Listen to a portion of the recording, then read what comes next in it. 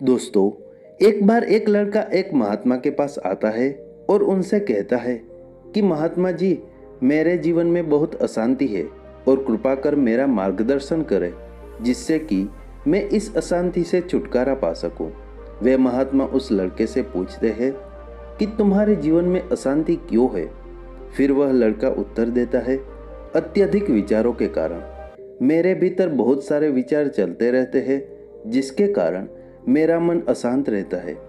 फिर वे महात्मा जी मुस्कुराते हैं और उस लड़के से कहते हैं कि ऊपर उस आकाश में देखो, क्या तुम्हें सूर्य दिख रहा है। वह लड़का ऊपर आकाश में देखता है और कहता है कि जी गुरुदेव, दिख रहा है। फिर वे महात्मा जी उस लड़के से पूछते हैं कि अगर तुम लगातार धूप में खड़े रहो तो क्या होगा। वो लड़का कहता है कि गर्मी लगेगी गुरुदेव और शरीर में बेचैनी पैदा हो जाएगी गुरुदेव। फिर वे महात्मा जी उस लड़के से पूछते हैं कि अगर धूप में खड़े रहने से तुम्हें गर्मी लगती है तो इसमें दोष किसका है, सूर्य का, गर्मी का या तुम्हारा। वो लड़का थोड़ी देर सोचता है और कहता है, कृपा कर आप ही बताइए गुरुदेव।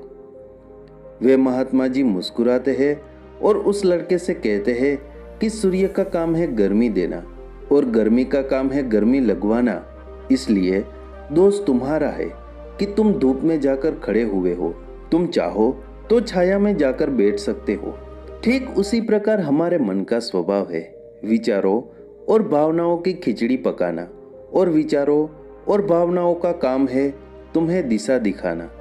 अब उस दिशा में तुम्हें चलना है या नहीं, यह सिर्फ तुम्हारे हाथ में है। देखो, ध्यान से समझो कि विचार और भावनाएं समस्या नहीं है, बल्कि तुम्हारा उनसे जुड़े रहना समस्या है। सोचो कि तुम धूप में खड़े हो और तुम चाह रहे हो कि तुम्हें गर्मी ना लगे। क्या यह संभव है?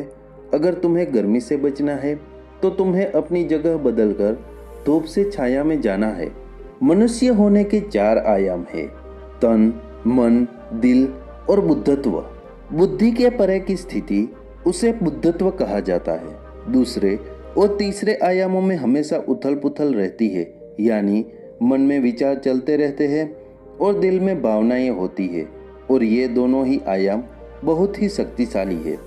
विचार क्षणिक होते हैं और भावनाएं देर तक टिकती है। इसे तुम ऐसे समझो जैसे कि कल तुम जिसे खोने से डरते थे, आज वो तुम्हारे पास नहीं है और आज तुम्हें उसकी कमी महसूस नहीं होती है। कुछ समय तक हुई थी लेकिन अब नहीं हो रही है, क्योंकि भावनाओं को अलग होने में थोड़ा समय लगता है।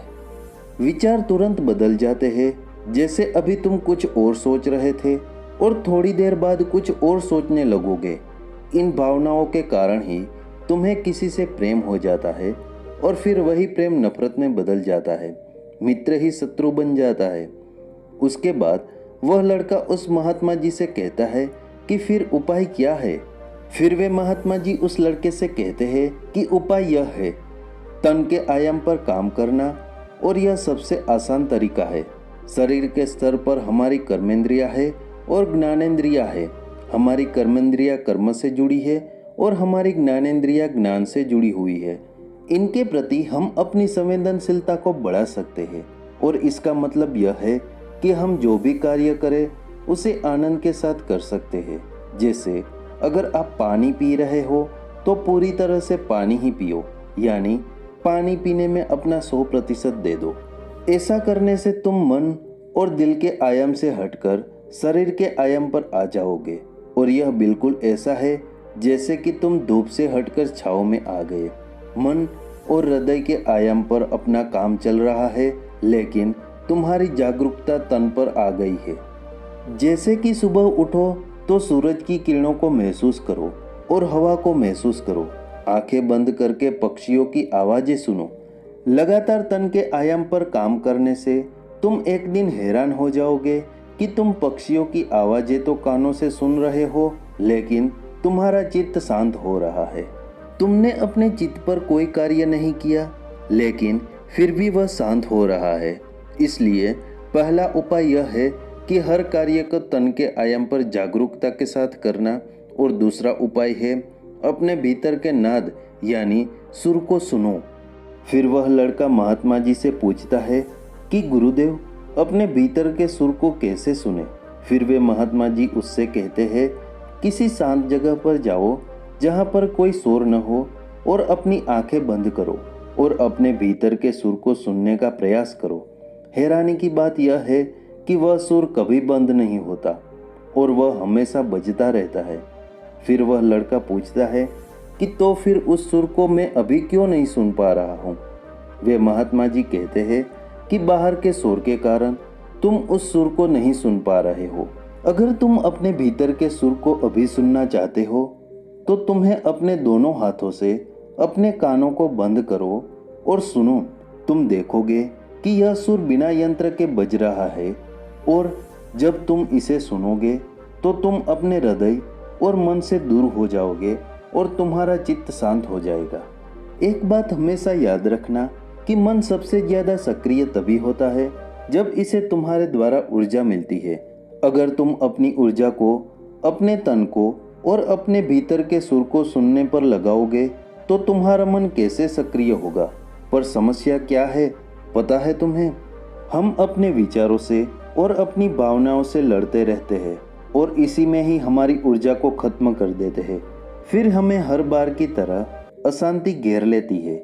इसलिए अपने मन को शांत करने के लिए ये दो काम करें।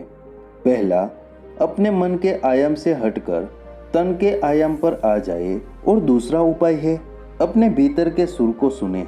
दोस्तों, वह लड़का तो उस महात्मा की बातों को समझ जाता है, लेकिन क्या आप समझ पाए?